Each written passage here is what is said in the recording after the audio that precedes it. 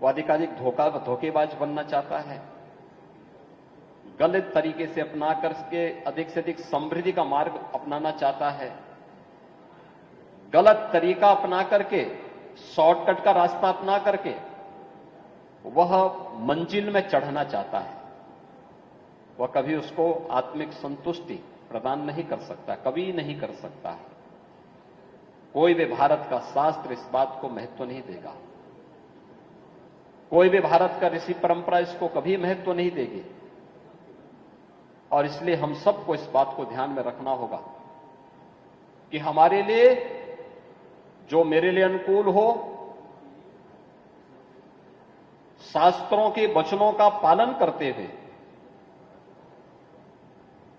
मेरी ऋषि परंपरा के वचनों का पालन करते हुए भारत के उन अवतारी विभूतियों के वचनों का, उनकी मर्यादाओं का, उनके कर्म का पालन करते हुए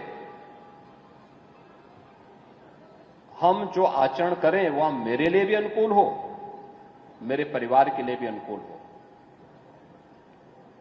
लेकिन केवल मेरे परिवार के अनुकूल हो और समाज के लिए अनुकूल न हो तो फिर आपका उससे भी उपकार नहीं होने वाला है।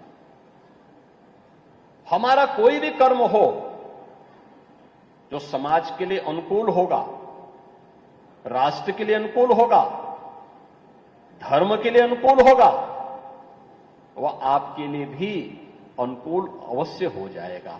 और इसीलिए कोई भी कर्म करें, सनातन धर्म की इतनी लंबी परंपरा, इतनी समृद्ध परंपरा,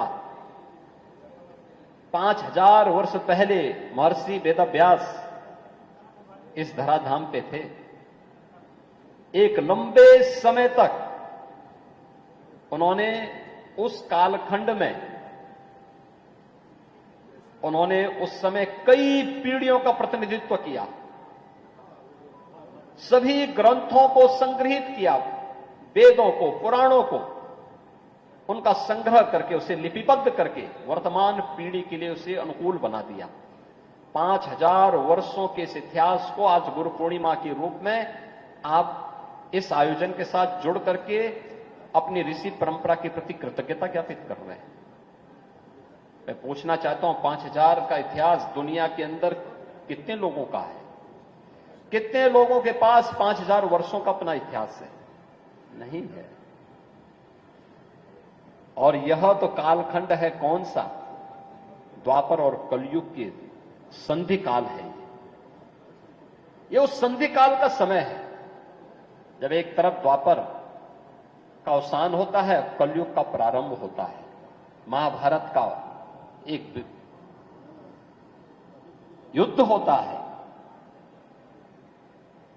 और युद्ध के बाद आज भी आप देखते होंगे, उस समय महर्षि वेदव्यास ने जो अपना अंतिम पुराण रचा, श्रीमद् भागवत महापुराण, आज भी मोक्ष का, मुक्ति का, उससे पवित्र ग्रंथ दूसरा नहीं माना गया। हम उसके प्रति कृतज्ञता ज्ञापित कर रहे हैं, अपनी ऋषि परंपरा के प्रति कृतज्ञता ज्ञापित कर रहे हैं, अपनी उस परंपरा के प्रति। भारत की ऋषि परंपरा कभी अपने लिए नहीं जी, लोक कल्याण के लिए, राष्ट्र के कल्याण के लिए। और इसलिए हम सब का भी दायित्व क्या होना चाहिए? मुझे लगता है कोई भी भारत का सनातन धर्मावलंबी नहीं होगा जिसने अपना नाम और अपना गोत्र भारत की ऋषि परंपरा के साथ जोड़ करके न देखा हो। कोई ना कोई ऋषि हमारे साथ जुड़ जाता है। जब हम गोत्रों की बात करते हैं तो जाति भेद अपने आप समाप्त हो जाता है। एक ही गोत्र अलग अलग जाति के लोगों के पास भी है, क्योंकि हम ऋषि के साथ जुड़ रहे हैं। वह ऋषि परंपरा हमें जाति भेद में नहीं बांटती, छुआछूत और अस्पृश्यता का भेदभाव हमारे बीच में नहीं करती है। और इसी परंपरा हम सबको लोक कल्याण के लिए, राष्ट्र कल्याण के लिए समर्पित करती है। और इसीलिए आज के इस अवसर पर मैं आप सबसे भी यही कहूंगा कि हमारा एक एक कर्म, हमारे जीवन का एक एक क्षण, हमारे जीवन का एक एक पल सनातन धर्म के लिए और अपने देश के लिए, भारत के लिए समर्पित होना चाहिए। अगर हम इस कार्य के साथ जुड़ करके आगे बढ़ते हैं तो सही मायने में हम अपने गुरु परंपरा के प्रति कृतज्ञता ज्ञापित कर रहे हैं। यही गुरु परंपरा के प्रति कृतज्ञता है। किसी भी ऋषि परंपरा ने इन कार्यक्रमों को उसी रूप में आगे बढ़ाया है। याद रखना, जो मैंने यहां पहले भी कहा, अच्छा करेंगे तो अच्छा पुण्य भी आपको, उसका पुण्य भी आपको प्राप्त होगा, कोई उससे वंचित नहीं कर पाएगा। गलत करेंगे उसके पाप से भी कोई आपको वंचित नहीं करेगा। एक छोटी सी कथा आती है ना, दुनिया का सर्वश्रेष्ठ महाकाव्य रचने वाला जो ऋषि हुआ, उनके बारे में पहले कहते हैं कि पूर्व जन्म में उनके जो कर्म थे वो गलत थे। एक जगह उन्होंने कुछ ऋषियों को बंधक बनाया। ऋषियों ने पूछा, हमें क्यों बंधक बनाना चाहते हो? उन्होंने कहा, भी मेरा कर्म है, मेरा कार्य है ये। तो उन्होंने कहा, इससे जो पाप तुम्हें मिलेगा, इस पाप के लिए कौन कौन जिम्मेदार होंगे? उसने कहा, जिनको मैं खिला रहा हूं सबको। ऋषियों ने कहा कि ठीक है, हमें यहां हम यहां इंतजार कर रहे हैं, जाओ पूछ करके आओ, ये जो लूटपाट तुम करना चाहते हो, कर रहे हो, जो जो तुम्हारे साथ भागीदार बनना चाहते हैं, क्या वे पाप में भागीदार बनना चाहेंगे क्या? ये जो लूट का माल तुम ले जाना चाहते हो, क्या इसके होने वाले पाप के साथ वे भागीदार बनेंगे? तो अपने घर पहुंचता है, अपने परिवार के लोगों से कहता है कि मैं रोज लूटपाट करके पैसा लेके आता हूं, संपत्ति लेके आता हूं, कुछ माल लेके आता हूं, क्या इससे होने वाले पाप के साथ तुम भी वंचित रहो, तुम भी मेरे साथ भागीदार बनोगे?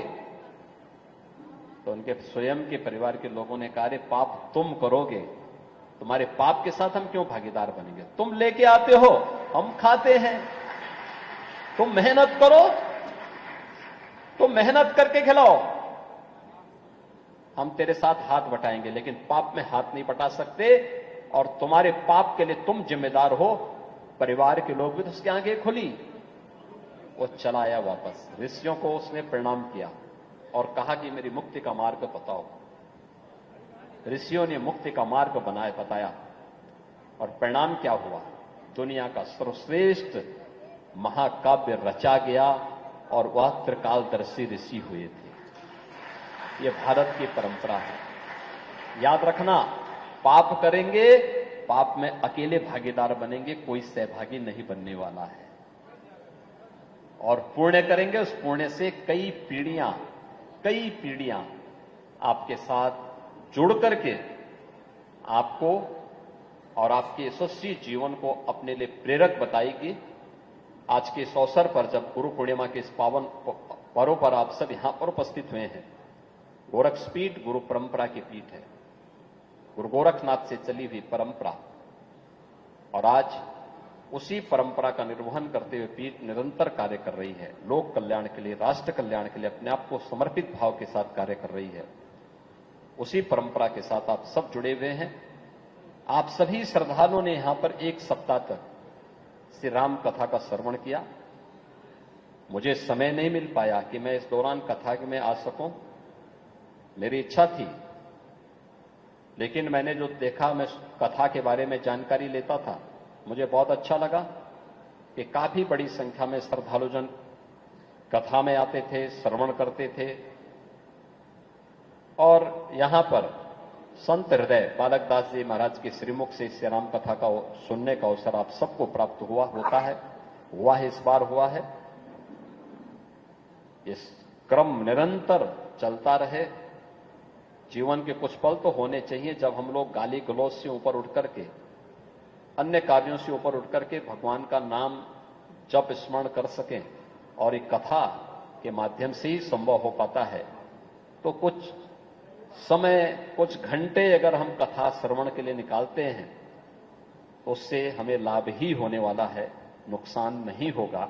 आज सबको मैं आज एक बार फिर से गुरु पूर्णिमा की बधाई देता हूं, अपनी शुभकामनाएं देता हूं।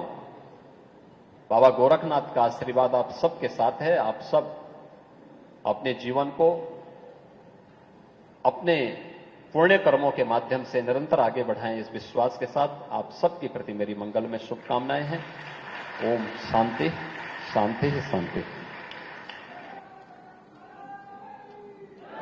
हम सभी को परम पूज्य महाराज जी का आशीर्वचन प्राप्त हुआ। परम पूज्य महाराज जी के चरणों में हम सभी भक्तजनों के तरफ से प्रणाम।